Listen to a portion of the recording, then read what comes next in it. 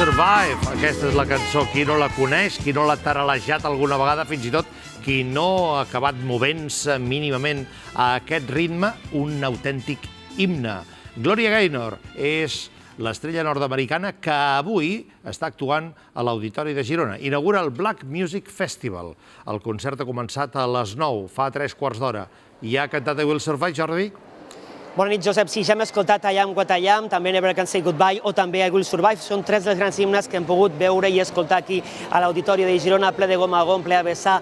Venudes les entrades des de feia molts dies, tot per escoltar aquesta gran diva de la música soul nord-americana, amb 40 anys de carrera musical, 20 discos i centenars de premis a tot el món. A més, sempre volcada amb les causes socials i per tots els col·lectius, especialment els més desfavorits. Precisament està preparant un disc de música cristiana, també ens ha comentat fa una estona.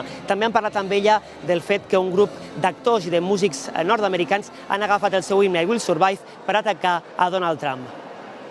People choose my song to encourage them themselves and to inspire themselves about all kinds of things. And I'm very happy when my song is able to encourage people to do things that are positive. He's our president, and I have nothing more to say.